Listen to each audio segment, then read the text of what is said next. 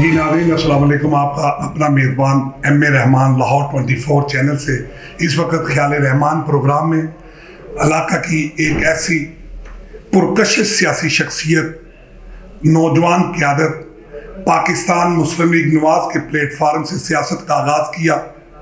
इनके वालिद मोहतरम जो किसी तारफ़ की मोहताज शख्सियत रही, उन्होंने अपने काम अपने किरदार के हवाले से इलाके में लोगों के दिलों में घर किया। उनकी वालदा मोहतरमा शाइस्ता परवेज़ मलिक साहिबा पाकिस्तान मुस्लिम लीग नवाज के प्लेटफार्म से MNA हुई। आज मलिक परवेज़ साहब के साहबजादे अली परवेज़ मलिक साहब, जो कि अपने वालिद मोहतरम के खिदमत खल्क के मिशन को आगे बढ़ाते हुए पाकिस्तान मुस्लिम लीग नवाज के प्लेटफार्म से बड़े ही मजबूत MNA यहाँ पे इलाके की आवाम की खिदमत करते हुए नजर आते हैं।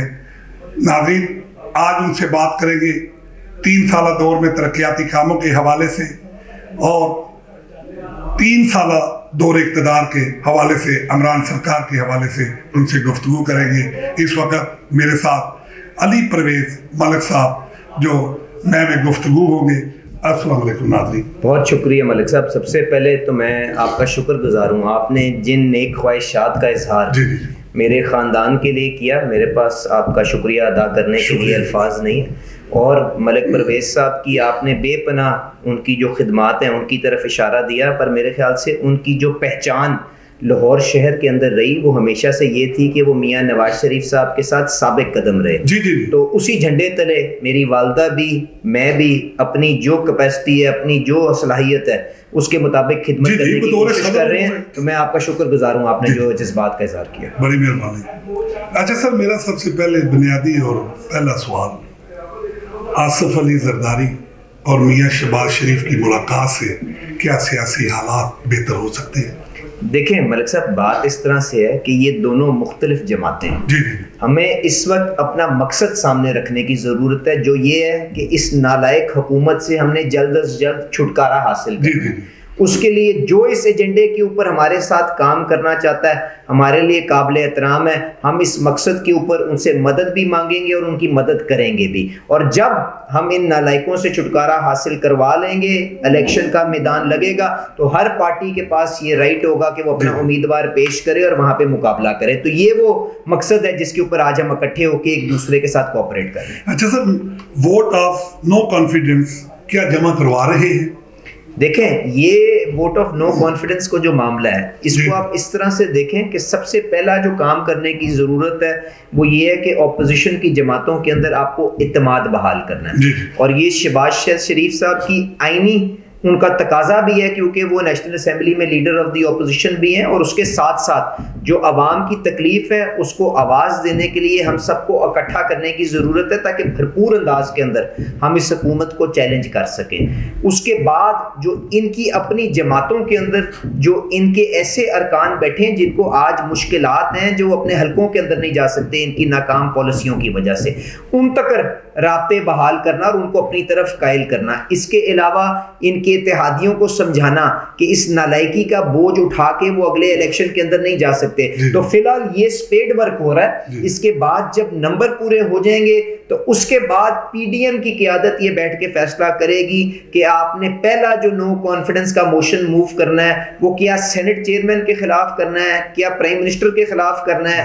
क्या स्पीकर नेशनल असेंबली के खिलाफ करना है, या पंजाब असेंबली में करना है। क्योंकि इन सारे ऐवानों के अंदर फर्क तकाजे हैं। जब आपने इसके अंदर आपने नो कॉन्फिडेंस का मोशन मूव करना है, तो मेरे ख्याल से अभी तो तैयारी हो रही है और बहुत जल्द हफ्ते 10 दिन के अंदर आपको जो एक मुतहिदा लाएमल है वो सामने आ जाएगा। क्योंकि शाद खान अब्बासी साहब ने कहा कि 24 MNA हमारे पास मौजूद है। आया ये जहांगीर तरीन साहब के हैं या कोई ग्रुप उनके पास? देखें, जहांगीर तरीन साहब के पास तो 24 MNA नहीं है, उनके पास तो 4-5 MNA है। और यकीनन उन 4-5 के ऊपर भी अब ये बोझ है कि वो किस तरह से जाके अपने वोटरों का सामना करेंगे। उसके अलावा भी पंजाब के अंदर आप मुझे मलिक साहब बता दें, जो सर्वे दर सर्वे यहाँ पे आ रहा है उसके अंदर क्या नून लीग सबसे मकबूल जमात नहीं पाई जाती? तो अगर नून लीग सबसे मकबूल जमात है और वो दर्जनों से ज्यादा ज़िमनी इलेक्शन जीत चुकी है, तो क्यों नहीं वो मेंबरान जो अगले अवान के अंदर दोबारा मुंतखब होकर आना चाहते हैं, क्या वो इनकी तरफ रुजू करेंगे या नून लीग की तरफ रुजू करेंगे? उसकी वजह से बिल्कुल इनके अपने मेंबरान जो जहांगीर तरीन ग्रुप के अलावा हैं वो हमारे साथ राब्ते में, और इंशाल्लाह जब आप ये अरेंजमेंट की तरतीब दे देंगे तो आपको नो कॉन्फ्रेंस मोशन लेके इनके नाम भी सामने आ जाएंगे। अच्छा सर, आपके इलाका के मसाइल इन 3 सालों में कम हुए हैं या बढ़े हुए? देखिए मलिक साहब, मैं तो अफसोस का इजहार कर सकता हूं कि आज जो हुक्मरान हमारे पे मुसल्लत हुए हैं वो इतने कम ज़र्फ हैं कि इन्होंने यहाँ पे पिछले हुकूमतों के जो मंसूबे तकरीबन इख्तिताम के ऊपर आए हुए थे।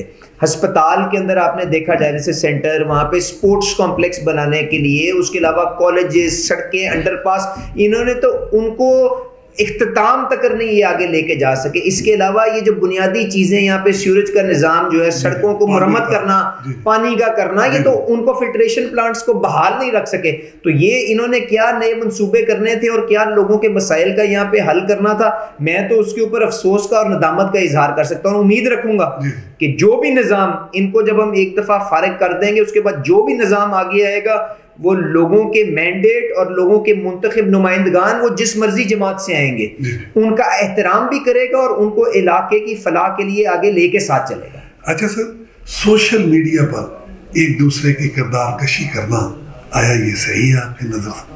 देखें, यहाँ पे किसी की किरदार कशी करना गैर मुनासिब है, पर मैं आपसे मलिक साहब ये गुजारिश करूंगा कि ये रिवायत किसने डाली है। आप जानते हैं कि मियां नवाज शरीफ साहब और बेनज़ीर भुट्टो साहिबा के दरमियान या नून लीग और पीपल्स पार्टी के दरमियान आपकी बड़ी पुरानी राइवलरी चल रही है, पर उस वक्त भी मेरा नहीं ख्याल कि मियां नवाज शरीफ साहब ने कभी बेनज़ीर भुट्टो साहिबा के अलावा करके कभी बात की हो।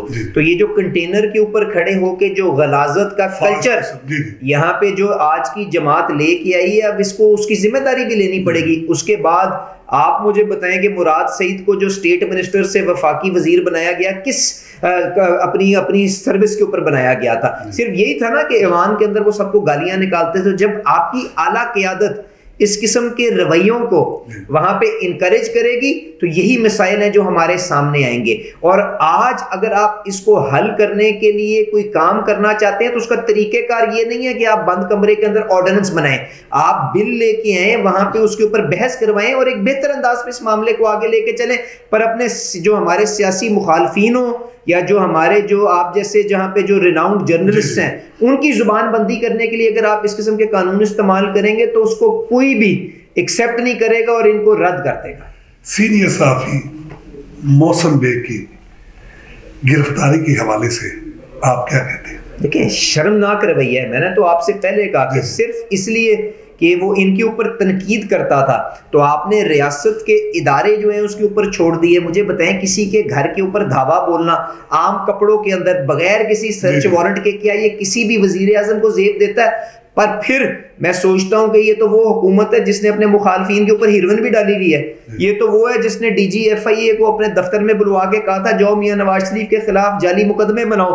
तो अगर इनका ज़र्फ और किरदार ये है तो हमें इनके ये रवैये देखने के लिए हमें ये रवैये देख के परेशानी नहीं होनी चाहिए। जो चीज़ हमें समझने की ज़रूरत है कि वो ये है कि इस माशरे को किस निचली सतह के ऊपर आज के हुक्मरान ले आए और हमें इसको दोबारा इकट्ठा करने के लिए, समेटने के लिए जो भी आगे लोग आएंगे उनको कितनी मेहनत करनी पड़ेगी। ये वो बुनियादी सोच है मेरे ख्याल से जिसके ऊपर हमें अब फिक्र करनी चाहिए। अच्छा सर, इमरान खान साहब कहते हैं मुझसे ज्यादा मजबूत कोई नहीं है, मेरे से अलावा कोई ऑप्शन नहीं है। इसके बारे में पाकिस्तान मुस्लिम लीग नवाज की क़यादत क्या कहती है? देखें, जहां तक मजबूत होने की बात है तो आज़ादाना माहौल के अंदर उसी ऐवान से जिसको वजीर आजम इमरान खान लीड कर रहा है वहां पे यूसुफ रजा गिलानी सेनेटर मुंतखब हुआ कि नहीं? जी जी बिल्कुल हुआ। तो आज़ादाना माहौल के अंदर वो कितने ताकतवर हैं उसका मैंने आपको जवाब दे दिया। अब इनके अलावा कोई मुतबादिल मौजूद है कि नहीं है, तो इसका क्या मतलब ये है कि मलिक साहब वो जो 370-80 का आवान है उसके अंदर एक ही बंदा है जो इस पाकिस्तान को इस मुश्किलात से आगे निकाल सकता है, और क्या वो इमरान खान है? तो मुझे पहले ये बता दें कि पिछले 3 साल के अंदर मसाइल कम हुए हैं कि मिसाइल बढ़े हैं? तो अगर बढ़े हैं तो यकीन माने मेरे से भी कहीं बेहतर उस ऐवान के अंदर लोग बैठे हैं जो पाकिस्तान का दर्द भी रखते हैं और इमरान खान और मेरे से ज्यादा काबिल भी हैं। और जब उनको मौका मिलेगा यकीनन खलूस नीयत के साथ अपनी अकल और फहम के साथ सबको साथ समेटते हुए वो इस मुल्क को आगे ले सकते हैं। तो जो बंदा सोचता है कि उसके अलावा कोई और ऑप्शन नहीं है, मेरे ख्याल से उससे ज्यादा बेवकूफ और नालायक कोई नहीं हो सकता। अच्छा सर, जो IMF के साथ इमरान सरकार ने मुआहदे कर लिए हैं, अगर नवाज लीग की हुकूमत कायम होती है, आया वो मुआहदे कायम रहेंगे? देखें, मुआहदे जो होते हैं वो रियासतों के होते हैं, किसी हुकूमत के नहीं होते। तो जो इमरान खान साहब ने जिस मुश्किल के अंदर इस मुल्क को फंसा दिया है, उससे निकालने के लिए एक बहुत लंबी आपको जिद्दोजहद और मेहनत की जरूरत है। तो वो जब इनसे छुटकारा हासिल कर देंगे, उसके ऊपर जो भी आएगा वो मुल्क के वसीतर मुफाद के अंदर यकीनन बेहतर फैसले करेगा। और मैं उसको सिर्फ यही दरख्वास्त करूंगा कि सारी पार्टियों को साथ लेके उन इस्लाहात के ऊपर ध्यान दे, ताकि हम इस मुल्क को, ये जो हमने परमानेंटली एक सिस्टम बना लिया ना कि 3 साल हम अपने पैरों पे चलना शुरू करते हैं, चौथे साल हम फिर IMF के पास पहुंच जाते हैं, इस चक्कर से बाहर निकाल सके, उसके लिए बुनियादी इस्लाहात चाहिए। और जो मुआहदे हैं वो रियासत की जिम्मेदारी होती है, हुकूमत की जिम्मेदारी नहीं होती। तो हमें इन दोनों चीज़ों को जहन में रखते हुए मुल्क के वसीतर मफाद के अंदर एक बेहतर रास्ता इख्तियार करना होगा। अच्छा सर, पाकिस्तान मुस्लिम लीग नवाज से आपकी वाबस्तगी है, कभी मियां नवाज शरीफ साहब की आपको याद आई और आप गए हो मुलाकात के लिए? देखें, आप जानते हैं कि पिछले 2 साल से तो कोरोना की वबा आई हुई थी। उससे पहले जब भी लंदन जाने का इत्तेफाक हुआ तो बिल्कुल मियां साहब से मुलाकात भी होती थी। और उससे पहले बल्कि जेल के अंदर भी वो उनकी शफकत है, उनकी मोहब्बत है, उनकी मेरे खानदान के साथ मोहब्बत है कि उन्होंने हमेशा मौका दिया, तो जेल में भी जाके उनसे मुलाकात हुई। अब तो 2 साल से ये कोरोना का वबा चल रही थी तो आना जाना नहीं लगा रहा। और उसके बाद आप जानते हैं मलिक साहब की वफात हो गई, तो मैं उस वजह से नहीं जा सका। पर अब क्योंकि वालदा की वो दीनी जो इद्दत की जो तकाजा था वो भी पूरा हो गया है। और इसके साथ साथ अब जो मियां नवाज शरीफ साहब के पास भी मेरे ख्याल से आना जाना भी आसान हो गया और फ्लाइट्स वगैरह भी दोबारा बहाल हो गई हैं। तो जिस तरह से ये इमरान खान साहब का बंदोबस्त जो भी PTM करती है, जब इसका मामला तय होगा तो इंशाल्लाह पहली फ्लाइट पे खुद अपनी वालदा समेत मियां नवाज शरीफ साहब के पास जाएंगे और उनको बता के आएंगे कि मेरी सीट भी और उनकी जो शफकत थी, जो उन्होंने मलिक परवेज साहब की जगह पे बाजी को भी टिकट दोबारा दी, ये उनकी अमानत है। जिस दिन वो कहेंगे 1 मिनट नहीं लगेगा, ये उनके नाम के ऊपर कुर्बान कर दी जाएंगे। मौजूदा दौर इक़्तिदार में सोशल मीडिया का किरदार आप किस नजर से देखते हैं और लाहौर 24 चैनल के हवाले से आप क्या पैगाम देना चाहते हैं? देखें, सोशल मीडिया क्या, मेन स्ट्रीम मीडिया ये एक वॉचडॉग के तौर पे काम करता है। और आप लोग जो सोशल मीडिया से हैं उनके पास क्योंकि इंफॉर्मेशन ज्यादा जल्दी आ जाती है, आप लोगों के पास गली मोहल्ले के अंदर जिसको हम सिटीजन जर्नलिस्ट कहते हैं वो मौजूद होते हैं। तो ये बहुत बड़ी आप लोगों के ऊपर जिम्मेदारी है कि आप इस माशरे के जो मुश्किलात हैं, इस माशरे की जो मजबूरियां हैं, जो यहाँ पे मसाइल हैं, उनके ऊपर रोशनी डालें। और जब आप उसके ऊपर रोशनी डालेंगे, मेरे जैसे सियासतदानों की मजबूरी बन जाएगी कि उसके ऊपर बात करें। और जब हम बात उसके ऊपर आगाज करेंगे तो यकीनन उन मसाइल का हल भी निकलना आना शुरू हो जाएगा। तो इस चीज के साथ कि आप जो इस शहर की खिदमत कर रहे हैं, मैं आपको मुबारकबाद देता हूं और आपसे ये उम्मीद रखूंगा कि आप ये जो नेक काम है इसको इसी तरह जारी रखेंगे। जी नाज़रीन, ये थे अली परवेज मलिक साहब, जो बड़ी ही नौजवान और कदावर शख्सियत इस वक्त इलाके की आवाम की नुमाइंदगी करते हुए नजर आ रही है। और नाज़रीन, इसकी बड़ी बात कि ये अपने जेब खास से इन्होंने अपना एक ऑफिस बनाया अवामी मसाइल हल करने के लिए। और आज अपनी गुनागो मसरूफियात के बावजूद लाहौर 24 से अवामी शिकायत के हवाले से हुकूमत से गिला करते हुए नजर आते हैं। इसी के साथ अपने मेज़बान MA रहमान को लाहौर 24 से इजाज़त, अल्लाह निगहबान।